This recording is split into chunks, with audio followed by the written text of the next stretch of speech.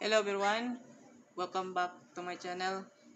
Today's vlog natin itong review ko na 14 by 48 combination sprocket ng aking Kawasaki Barako 2. Yan, smooth na yung arangkada niya mga guys. Yan, lalot na maraming laman ng karga at yung pasahero.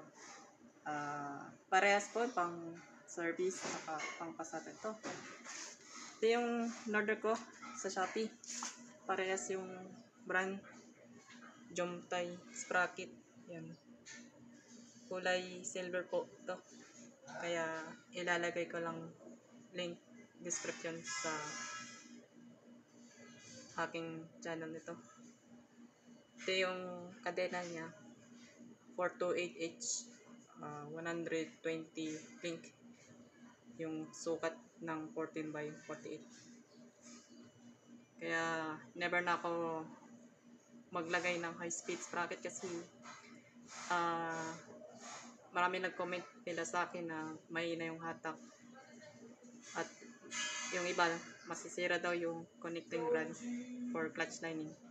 Kaya magstay na lang kayo sa low speed nito 14 by 48.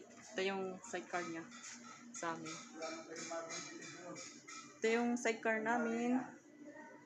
Nung 2015 binili namin na second hand. Yan. Ito yung pinagawa ng sidecar.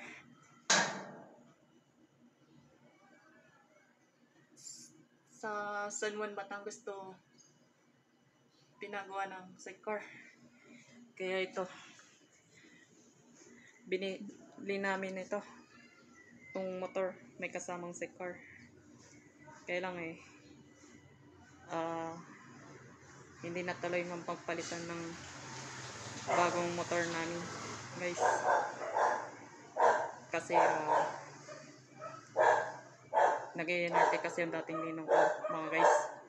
Sabi niya mahal daw, pero wag na lang po niya maniwala.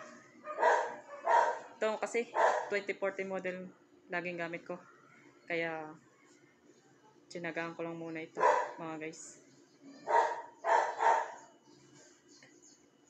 Overall quality kasi ito 14 by 14. Goods na yung aking takbo at saka yung takbo ganun pa rin, wala pa rin pagbabago yung takbo. Nasa 40 km kaya pa yan. Yung mga kinakarga kasi namin ng bote ng alak at soft drinks, pati yung grocery, yung sa tindahan namin. Yun lang guys, review ko ng 14 by 48 ng aking Kawasaki Barako 2. Kaya magstay na lang kayo sa low speed na 48 teeth. Yun lang guys, maraming salamat.